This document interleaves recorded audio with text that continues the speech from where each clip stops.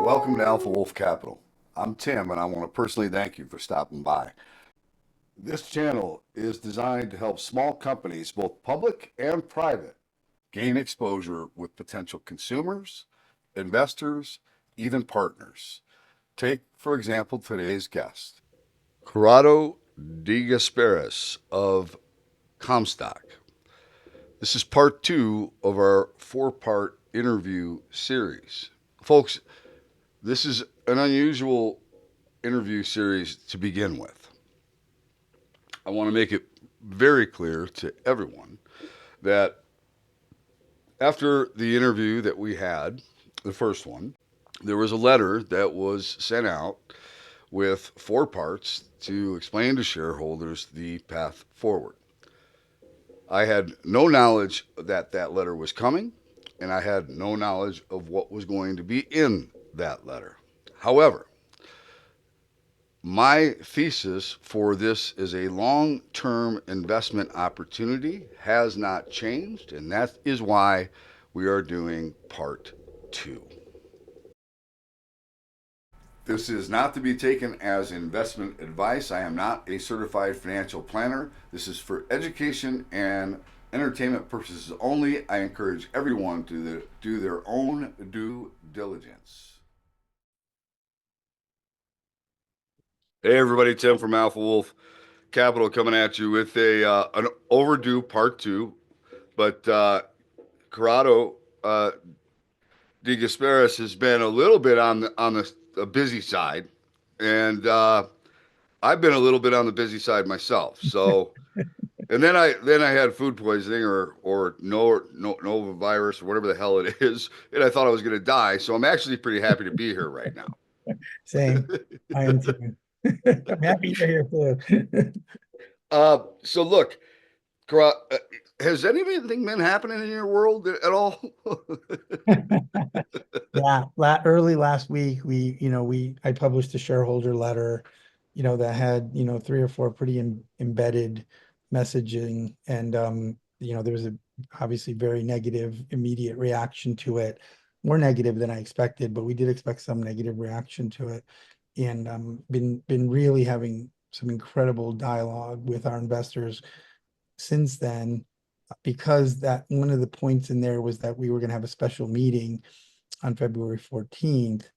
And I've been, the letter was designed to make public information that I really wanted to engage our shareholders on, one-on-one and through some of these types of discussions. So I really appreciate you giving me the time to do that. So look, I want to make sure that we clarify something real right off the top here. Okay. Please. Uh, you and I have been in discussion for now. I don't know how long we've known each other, but we've known Yeah. each other a while, Yeah. right? Um, because of the fact that I've gotten to know you, does not mean that I was privy to the fact that there was a letter coming or what was in that letter, right? So I had no clue when I saw the letter.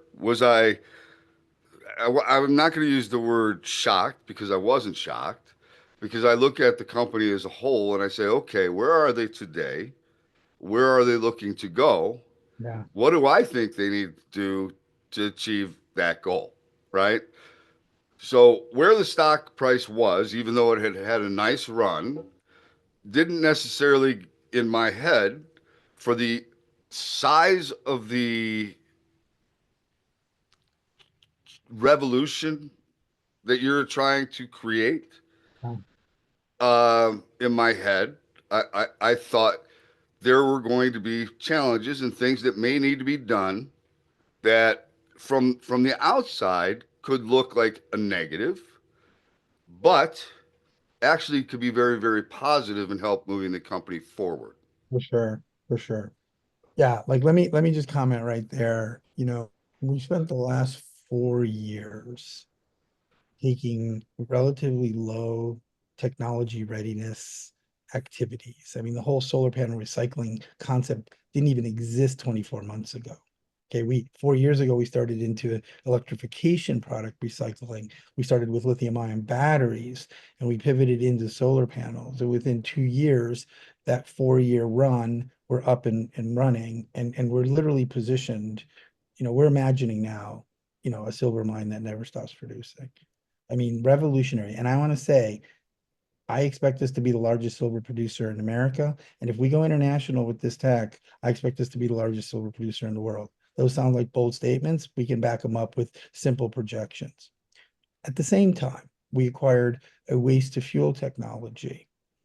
Initially, right, we thought we were going to commercialize it a little faster. And that was simply based on what we could do then with cellulosic ethanol. But we're systemic.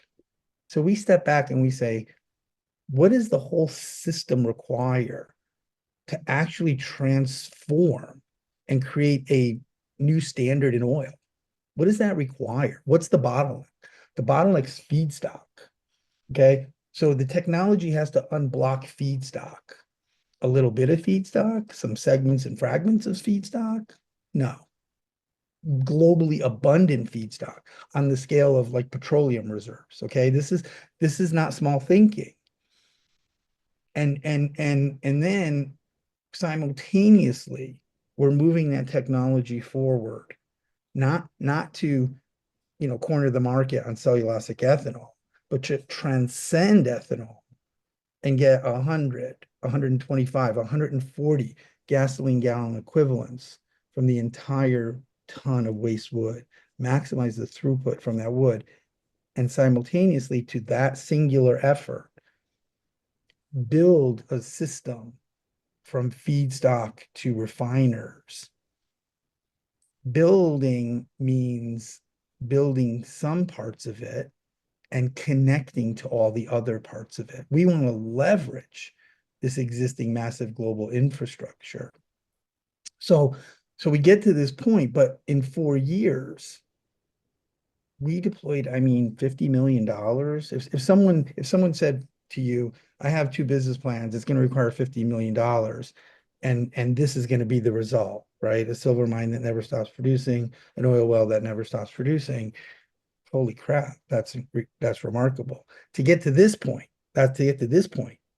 right? That's not to change the world. That's to get to this point where you're positioned to change the world. But your market cap over that period of time, and disappointingly, in 2024, bottoming, at 13, 14 cents a share, really took us by surprise in terms of the amount of capital. I'm sorry, the amount of shares was required to deploy that relatively small amount of capital. And I take responsibility for that. Like somehow the credibility of these remarkable achievements, right, wasn't as readily accepted.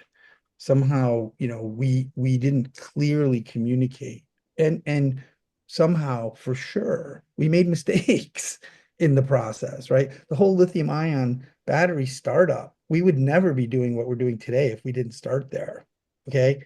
I like to think we were intelligent enough to not end there. Okay. But you had to go through that process. You had to go through point A and B to get to point C. But we got there, and in July, August, much more institutional capital started to say, wait a minute, that model works. Wait a minute, the throughput of that system is incredible. And that's both for recycling, recycling minerals and renewing fuels. And we started to get some commitments, and then we started to get into the due diligence. And it became clear that we're showing up to the show, right? We're showing up to prime time here, and major capital, both financial, strategic, and hybrids of strategic and financial, were interested in meaningful investments in the company. And in many cases, they were looking to invest directly into the subsidiary, one which is well known, right? But there were others that were unknown, and we were engaging all of that and then what became clear to me is that we had to change our capital profile because the conversations with these people always ended up with two discussions. Why would we invest at a higher value into a subsidiary when the overall market cap, when the overall market cap, is a fraction of that? Puts me in a difficult position. I mean, the answer is I'm not doing a good enough job, right? Explaining to the market our value. The second question, your cap structure is incompetent. What do you mean by that? I mean, that's offensive. What do you mean by that? It's relatively clean. Yeah, but you don't have enough capacity. How are you going to invite capital in if you don't have capacity? And for sure, there's a difference between capacity at the corporate entity level and capacity at the subsidiary level. But who's going to invest in the subsidiary if the corporate level is not stable? We don't want to be part of that. Okay. So that's not a point of panic. I mean, it would have been a point of panic if every time we're having conversations with, multi-billion-dollar entities ended up with them leaving, saying these guys are schmucks, then I would have been in a panic, right? But the exact opposite happened, right? Well, let me be honest, right? In a couple cases, they left and then came back. And then they left and then they came back. That was interesting. But in most cases, they were like, hey man, 1 + 1 = 10 here. Like if we're gonna unlock incredible value together, you need capital. How are you going to get to the finish line if you don't have capital? Now, often that word scares people away, and I don't know why, because we live in a capitalist society. Like the entire social contract of our world is to deploy capital, unless you're communist, to deploy capital for a sustainable positive return. We're creating systems that show superior sustainability and superior returns. Why wouldn't you want to deploy capital? That's what we want to do. I think what they're not saying that, I don't think anybody is really saying that. They're saying, don't deploy it in a maverick, um, um, really short term, really value pressuring way. And that's intelligent if people say that. If people say, look, Corrado, if you took in X millions of dollars and it was locked up for 4 years and it was a keen investor who wanted to see this thing get to the finish line, we would love that. Everyone would love that. Day traders would love that, right? Shorters wouldn't like that, but everybody else would, right? Because Right. you're creating a titanium base, a base that's built on rock, not on sand, and then value accrues up from that. So what I've apologized about is often people have asked me, do you need to do a reverse split? The question's always in the context of, are you going to lose your New York Stock Exchange listing, which we covet? And I'm like, I don't see it. No. Do you see any reason at all that you'd be doing a reverse split? And I said, not at all. That's what I said. Now, when we realized we had to increase our authorized share capacity, and we looked into the mechanisms for doing that, there really were two ways. Just an absolute outright increase in the capacity. And the thresholds for doing that are onerous. The New York Stock Exchange acknowledges that they're onerous because you need so many shareholders to actually turn out to vote yes, that sometimes it's impractical. It's like it's harder than like a super majority kind of a concept, right? Because the absolute number that are required. And we've seen some companies actually do some weird things, like give the CEO super voting rights just to be able to get over the threshold, right? And the New York Stock Exchange supports that if those super voting rights are done, sort of consistently with what the majority of the shares voting are. But that's weird to us. Even if there's an ethical framework to it, it just seems like you're going around the rule somehow, right? We didn't like that. And frankly, companies that we saw doing that got approvals by the skin of their butt, which kind of told us, yeah, that doesn't feel good, right? The other way to do it, and this was news to me, was that it's codified. It's in the law, it's in the regulations. It is not a loophole. If you do a reverse split and you don't similarly reduce the proportion of your authorized, which has the effect of increasing your authorized capacity. To be clear, you're not increasing your authorized shares. The numbers stay the same exact number, but the relative gap between outstanding and authorized increases, which is what we need to do. It's a routine matter that you go to your shareholders and your shareholders fully vote on it, but as a routine matter, not as an extraordinary, right? Quite frankly, the first scenario is wrong. They should fix the threshold because it's clearly not working if they have to use workarounds to get it, right? Anyway, when I went to New York and I met with the NYSE and then I sat with our board and I made sure I understood every possible scenario. Like what is best for our shareholders?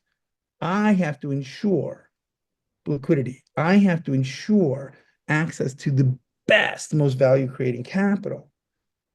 I have to put an end to some of the history of the way this dilution has occurred. And we need to be open about it.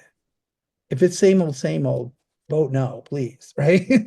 With, so um when we approved it, I said, I'm gonna get punched in the stomach because I know what I said, right? And this is gonna sound inconsistent with what I said.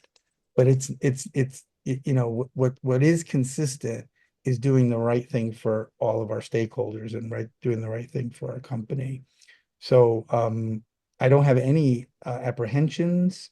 I had no anxieties. I just wanted to make sure I can engage with our shareholders first through public disclosure in that letter, and then second through, discussions to really make it clear what we were saying in that letter. Okay.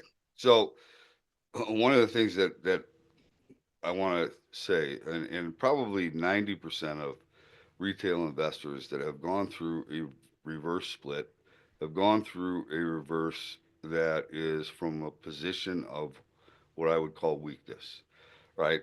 They are a company that probably is lacking a plan, probably is not financially secure, and being threatened of being delisted from an exchange. Right. Which So what do which they then do? results, when you get delisted, your liquidity will theoretically go down. You're now going to be bulletin board or pink sheet.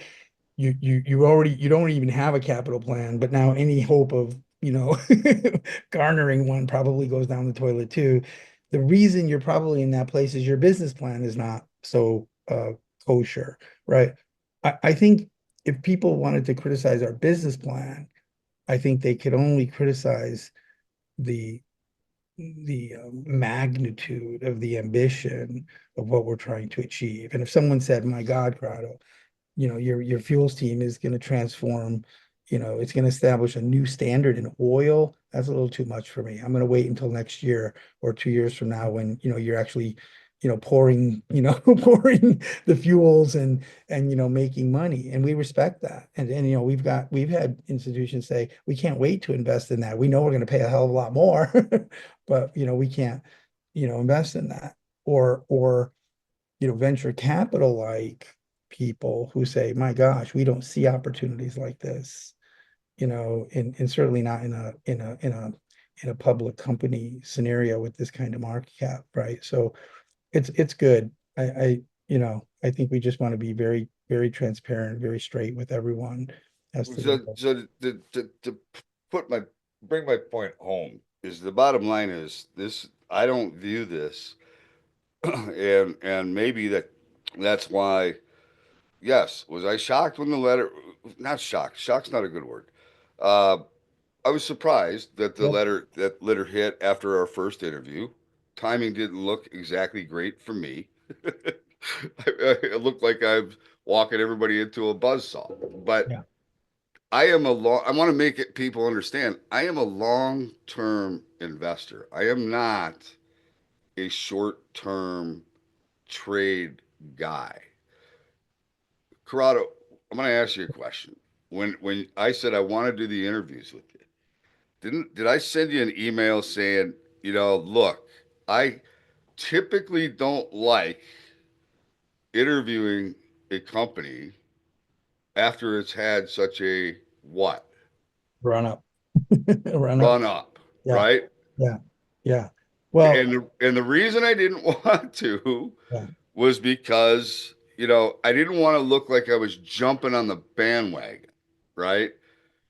Because I'm not. That is the difference between somebody that's looking to invest and somebody who's looking for a trade. right. I would like to comment about two things you just said, right? First of all, in the context of surprise, right? Everyone was and should have been surprised about the reverse split. Okay. There are four things in that letter. One was, the status of the businesses and their readiness. No one should have been surprised by that. They should have been happy about that. The notion that we need capital, no one is surprised nor should be surprised. Quite the contrary. People have been pounding me to give them an update on the SBCC, announcement in August, and that's exactly what this was designed to do. It's in play, but a lot of other things are in play because since then we have exclusive license with the National Renewable Energy Lab, right, and MIT and the Department of Energy. Since then, we have exclusivity and we've signed up 5 international projects. Since then, we've got exclusivity now on earth-changing feedstock supply. A lot has changed for the better, but we need capital. That's the real 800-pound gorilla in the room. That's the question of capability and or trust. Can we be trusted, right, to bring the right amount of the right capital into this enterprise? To me, this letter says, yes, there's a sophistication to what's happening. There's a complexity to what's happening. And if people don't believe we can do that, then that's very good reason to sell. Okay. Now, the other thing that we said is because of some of that engagement strategically at the subsidiary levels, both, by the way, not just fuels, the notion that we concluded the notion ultimately that it will be easier to raise capital from oil and gas, from energy focused investors directly into fuels and raise capital directly from resource-based investors into metals and mining activities will result in two companies, two public companies. One that is a Nevada-based metals and mining play that could become the world leader in silver. One is an Oklahoma-based fuels play that could become the leader in renewable fuels, will be, as far as I'm concerned. But I got to say, could be, maybe. Yeah, okay.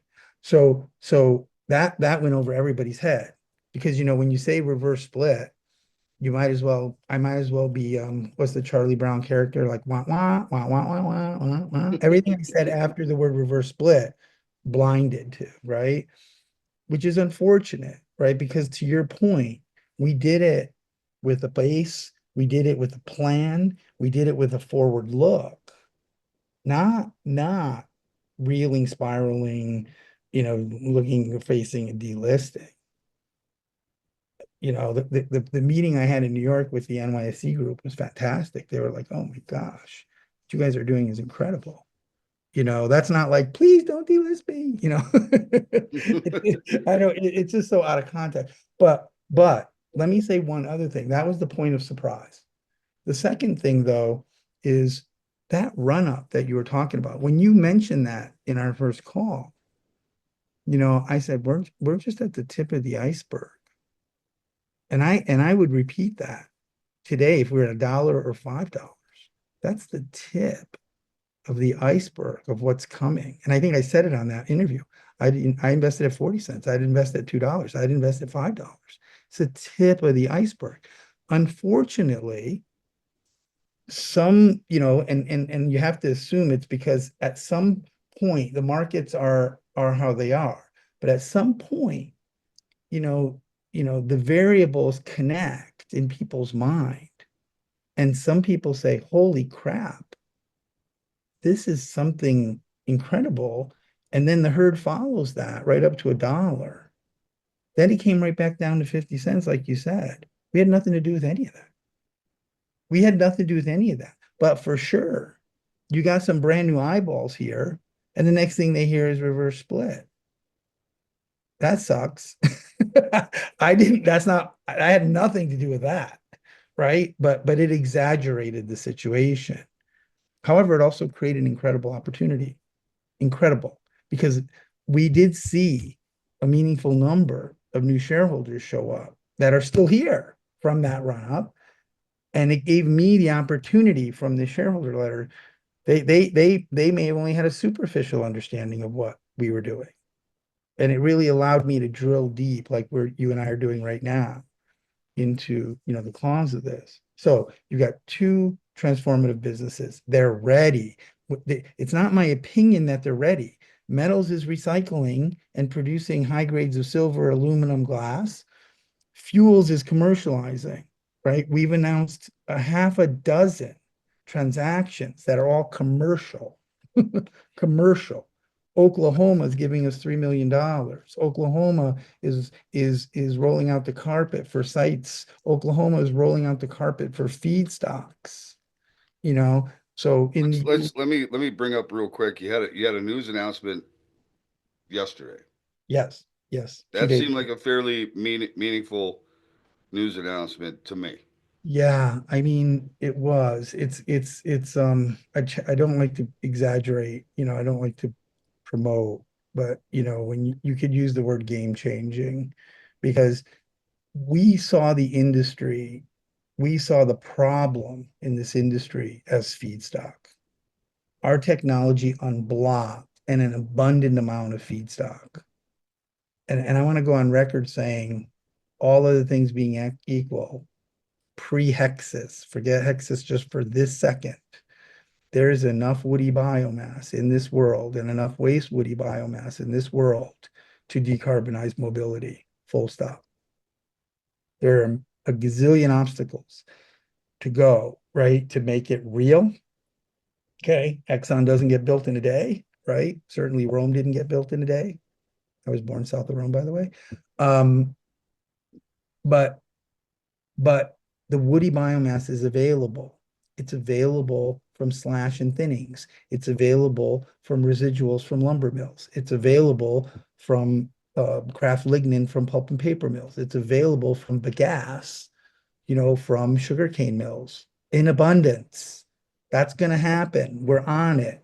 But think about it. You have to go to those locations, which is fine.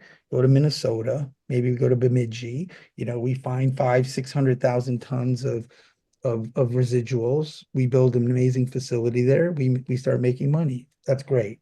Okay. Remember, all this time we're competing, that's not the right word. All this time, the renewable fuel industry is struggling, right, with a few barrels of oil per acre of grown corns or grown soybeans. We don't think ultimately long term sustainably anything in a niche concept is fine, but you want to transform an industry, you want to elevate and decarbonize across industries, then it's got to be more practical than that. What Hexus does, and it's almost unbelievable, Wendy Owens, what she created and what her team has created is a substitute for woody biomass. One of her ultimate objectives was to save the forest. We're 1000% aligned with that. She grows something think of it as the offspring of a bamboo stalk and a corn stalk mating. There's no vegetable. Okay. It's grass called xanograss. Okay. It grows in very marginal, sometimes difficult environments, certainly environments where you couldn't farm. It grows. It grows fast. It is perennial, meaning, you don't rip the roots out. So this carbon sink, right? This carbon influx that goes, puts that carbon down in the ground, stays in the ground, and you just take from the base up, and it's extraordinarily high yielding. Few barrels an acre? No, 100 barrels an acre from this crop. Now, you just said, I want to emphasize something here because you just said it grows in environments that aren't maybe all that great for typical crops, That's right? right. That's why forests are abundant, right? Because they can grow in so many tough environments. And farms are less so because they need seasonal cycles, okay? Xanograph doesn't, it acts more like wood that way than corn, right? But it's got lignin, it's got cellulose. So it's called a grass, but it's more woody like. And so then we get very, very high yields. What's the net effect? The net effect is lands that are desolate and unproductive today become highly prosperous and profitable agricultural economies. Then you're feeding at a lower cost than any other, at or about the lowest cost of any other of our alternatives, even waste wood. We're feeding our machine with a low-cost solution, a low-cost, high-yield solution. However, you know, our CI score today using waste wood is 15. Corn CI score, because they have to grow it the way they grow it and harvest it the way they harvest it, is a 70 as compared to our 15. With Xanograss, you're negative. So now you have the highest revenue because of negative CI score, the lowest cost, the highest yields. You say, Corrado, how does it get any better than that? Well, it actually does, because the characteristics of Xanograss actually replenish soils. It has a reclamation and replenishment effect on the soils. Like, what did this woman accomplish? It's remarkable. So we have exclusivity. Why? Because because how do we unleash the value of this farm to fiber solution? How do we unleash the value, right? Liquid fuels and leveraging the existing infrastructure of the liquid fuel supply chain and decarbonizing mobility. I don't think people still, the response to it was positive, but they still can't imagine the magnitude of what's the implication, right? Creating whole new agricultural economies in rural communities, creating brand new fuel economies in those same exact rural communities. You're not hitting them once, you're hitting them twice with incredible prosperity. I mean, and the new Trump administration talks about energy dominance in the United States. We're bringing energy dominance to the United States. We're establishing a new standard in oil and ultimately energy independence in the world. Third world countries that don't have the benefit of fossil fuel reserves like the Middle East, right? But can grow now to energy independence. A new I mean, bioeconomy. look, these concepts are very, very big, right? I mean, these are very big ideas, and Outside of colonizing Mars, I don't have a bigger one. Okay, like we're talking about we would like Earth to be a type 1 civilization, which is energy independent from our own planetary resources. That's type 1 civilization, right? That's we got to get there first before we go to other planets, as far as I'm concerned. so one of the things that I have grown to like about you is the fact that, and we talked about this on the last interview, which is there's not a winner or a loser. There's a winner, winner, winner, winner, every time. right? The all the winners, right? So I'm looking at it saying, okay, who are the winners with the deal that you announced yesterday? The farming community, right? Where you have potentially not that great of land or growing conditions, right?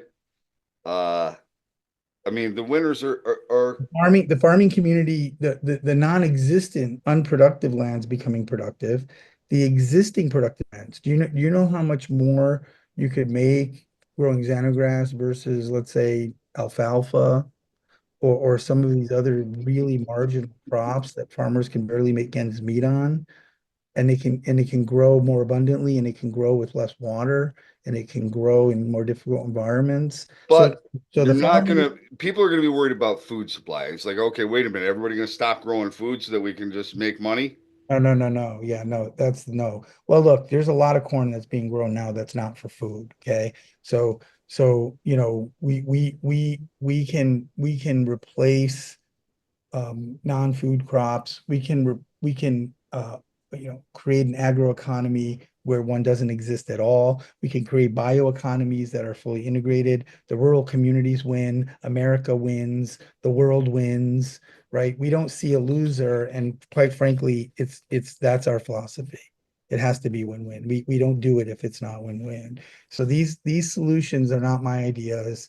These are not things that I created, but they are consistent with the questions that we're asking about how do we do it? How do you create a silver mine that never stops producing? It's impossible, Corrado. The ore in the ground is finite. You're asking a silly question.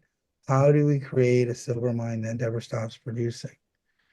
That's not really how I ask the question. How I ask the question is, how do we make this asset sustainable? How do we make this opportunity sustainable? That's the search. That's the inquiry, right? That's the curiosity, that we bring to it. But then come out of that ideal inquiry, which is necessary, but not sufficient. Sufficiency is, do you have the competency to build global supply chains? Have you built global supply chains before? I don't think you have to have built them before to know how to do it, but I've already done it before too. So we have both. We know how to do it and we've done it before. And we know how to put together the people that know how to do it. And we know how to put together the companies that know how to do it. And we know how to put together the technologies how to do it. That's what systemic means. It's not ambiguous. It's very practical. It's engineered.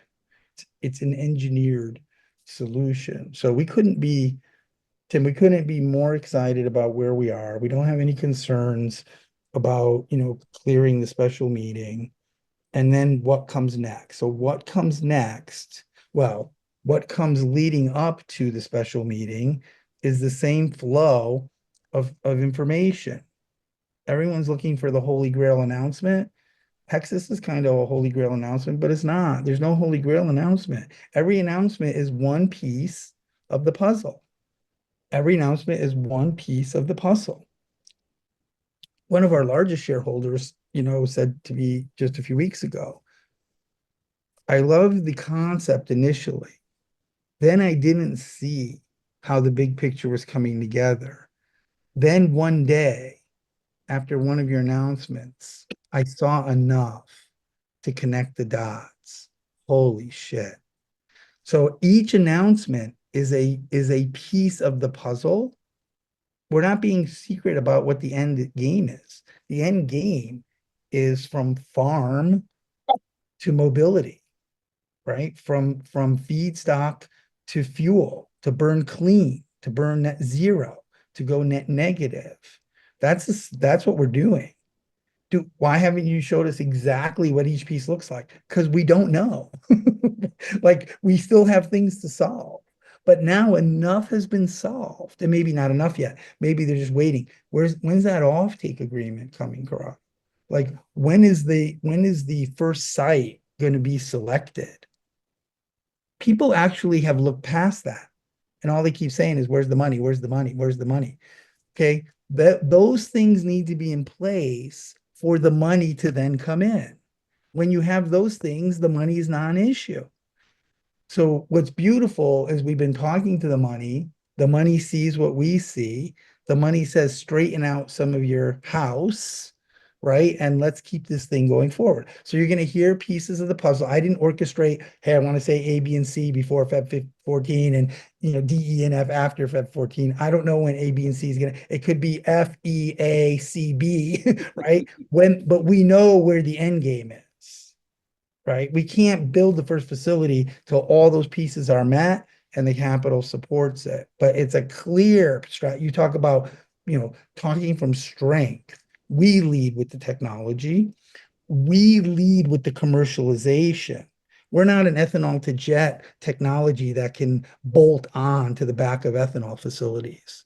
We're not, we're not an algae elevator that's going to add a little bit more fuel to some equation. There's a lot of those little niche boutique technologies out there. We're not gasification, which is mature and low yielding and clunky and gunky and high capital and high maintenance that Wall Street's fed up with. We're not pyrolysis, which is dirty and black. We're organic solvent. We are a new technology that's revolutionizing energy. And when our partners start falling, the rest of our partners, NREL's not enough. I know. Renfuel's not enough. I know. Hexus is not enough. I know. Okay. When the ones that are enough is when that happens, it's not going to be incremental. Then the herd will flow. Everybody will get it. Okay. And then you'll be laughing that you thought $1 was a run up. I wish that never happened, to be honest, right? It's caused us more pain than help, but it doesn't matter. We can't, it's consistent with our goal. As each piece of the puzzle comes into place, a greater segment of the capital markets will appreciate it and invest. It's just not going to be linear, right? It's not going to be, even in its flow up. That's not how it works. So does that make sense, Tim? I mean, I hope I'm making sense to people. Look, it makes sense. I think there's some things that people need just to understand that uh, I need to sometimes do you a can't better control. job. I need to do a better job. I do absolutely need to do a better job explaining. This special meeting has really given me a blessed opportunity to speak with all of our investors, many of which I know well and have spoken to, many of which I didn't know as well. And I'm really blessed to have the opportunity to speak to. We're not trying to get 50.1% vote. We're trying to get everybody, to understand our story in the best possible way. We're not worried about the outcome of the vote. We're worried about, having a good, knowledgeable, keen, aligned shareholder base. Right. And I guess, here's the thing. What I was going to say is we can't control everything, right? I mean, there are some things that are beyond our control. And uh, the question is, do you believe in this vision? Do you believe that this team has the ability to achieve the goals that they have laid out? They're big, audacious goals, right? And you got to have some guts. You got to have a gut instinct. You have to have. There's a lot of things that needs to happen. People make mistakes. Uh, We have, that's life, yeah, we and have. hopefully through those mistakes you learn, right? So that you don't have to do the mistake again. Yeah, no, it's That's beautiful. just the way. That's how it works. We I don't am admit not if we gonna. don't admit the mistakes, if we don't admit the setbacks, okay, if you ignore them, one thing will be certain, they will happen again. If you Right, admit them, if you remediate them, if you get to the root cause of what that undesirable effect that hit you came from, then you minimize the chances of those things happening again. That is really the way we think. right. So I mean, I look at it. I want to touch on one thing real quickly, and that's why for the split Yeah. in your mind, because there are a lot of people that are saying, well, things are going to be so great. Why do you need to spin this out? Why Right. not keep it all as one? Splitting of the companies, you mean now? Yeah. Yeah, that's a great question. So I think, look, it's not a predetermined conclusion. That's actually a beautiful place to end because that was the last point in the letter. Like what we believe will be inevitable, right, is that you'll have an Oklahoma-based public fuel company. You'll have a Nevada-based metal and mining company. Both these businesses are going to be global, by the way, right? My role in both businesses is not changing, right? Our governance structure is not changing. Comstock Inc.'s role, certainly in the beginning is not changing. Um, the only way we will affect that is to the benefit of the shareholders. We do not know yet how we get from point A to point B exactly, but it will be to the benefit of the existing shareholders. It will unlock value. It will make capital flows more efficient. It will increase the dedication and the communication and the simplification of the messaging of each story, you know, and not to say it couldn't be done together. We have just concluded that it's much more probable, much more efficient, much more likely, much more expedient to do it that way, right, wrong, or indifferent. And no shareholder has to choose, right? They can be shareholder of both. They can sell all their shares in one and buy all shares in another. The markets will do what the markets will do. But that's the fundamental, thesis of the decision. And we have fully dedicated teams already for each business. That's not going to change, right? So it'll just really ultimately for capital market efficiency, which we believe is synonymous with value recognition. It's going to be the highest recognized value, for our shareholders. And I don't know when that's going to happen either, right? Okay. But we just felt it was important to say that's where our future is going to lie, as soon as we and some of this, some of how this capital comes in, et cetera, may facilitate, may accelerate, so we'll communicate it as soon as we know. But Right. In that sense, it makes sense to me if I'm an outside party that's really interested in the whole fuel thing. I don't necessarily want to fund your silver thing because that's right. I want to focus on the fuel thing, Yeah. right? Yeah. And I want to know that my money is going towards paying the bills for the fuel thing. I know, let me give you an example. Like I know for a fact that if I went up to Toronto and talked to the two or three largest resource funds, I don't know, the Sprots and the Dundees of the world, okay? And I showed them our plan for becoming the largest silver producer in the world. Okay. They would invest in it. Okay. Why haven't they invested in it today? You know, we got to work harder, right? Maybe they want to invest in pure plays. Okay. Same thing, you use similar examples, with strategics and other people, on the fuel side. So, that's all coming and it's going to be to the absolute direct and total benefit of any existing shareholder. So I think that's good. I think this was great. I really would love to have interview number three be forward looking. Maybe we do it right after the special meeting. I don't know. All Whatever. right, yeah, let's look. This is hopefully this clears a lot of things up for a lot of people. Um, yeah, I'm sure if they're a shareholder and they want to have a conversation with you Oh yeah. directly, they can reach out, they can email you, they can do whatever, right? They have and they should keep doing that. I've been responsive to everyone. In some cases, people are very surprised that I responded, but it's for us, it's not about the special meeting. It's about the foundation for the future. Right. And this is a company. Look, if they achieve what they're setting out to achieve, this this this is a blip in time. This is a moment in time right now. This whole thing. If they achieve what they're setting out to achieve, you will never even think about this time. This time will be nothing. This will be a nothing moment in time. Okay? There's no doubt. You will be so happy that you stuck through.